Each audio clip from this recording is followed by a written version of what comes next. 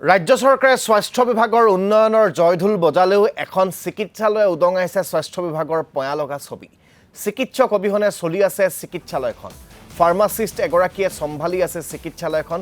ফাৰ্মাচিষ্টে চিকিৎসা প্ৰদান কৰিছে, ৰোগীক দিছে ঔষধ পাতি। দক্ষিণ কামৰূপৰ গৰৈমাৰীৰ আলিকাষ ৰাজ্যিক চিকিৎসালয়ত চিকিৎসা সেৱাৰ নামত প্ৰশাসন। প্ৰতিদিনে চিকিৎসাৰ বাবে হাহাকাৰ প্ৰায় 150 ৰোগীৰ। আলিকাষ ৰাজ্যিক চিকিৎসালয়ত বিগত 3 মাহে নাই কোনো চিকিৎসক। চিকিৎসক নথকাত ফাৰ্মাচিষ্ট আদম আলী আহমেদে পালন কৰিছে চিকিৎসকৰ ভূমিকা। ফাৰ্মাচিষ্টৰ জৰিয়তেই চিকিৎসা গ্ৰহণ কৰা কাৰ্যই উদঙাইছে ৰাজ্যৰ গ্ৰামাঞ্চলৰ স্বাস্থ্য বিভাগৰ প্ৰকৃত ছবি। ৰাজ্যিক চিকিৎসালয়খনত অতি শীঘ্ৰে চিকিৎসক নিযুক্তি দিবলৈ দাবী স্থানীয় ৰাইজ তথা দল সংগঠনৰ।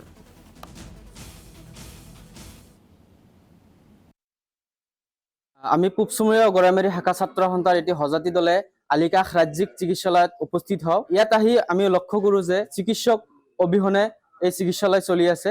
এজন ফাৰ্মাচিষ্টে চলাবলগীয়া হৈছে গোটেই মেডিকেলখন। যিটো সময়ত ৰজাগুৰিয়াই উন্নয়নৰ ডাক দল বজায়, তেনে সময়ত এই চিকিৎসালয়ত এজন ডক্তৰ নাই। এইটো ভাগ্যজনক আৰু লজ্জাজনক কথা হৈছে।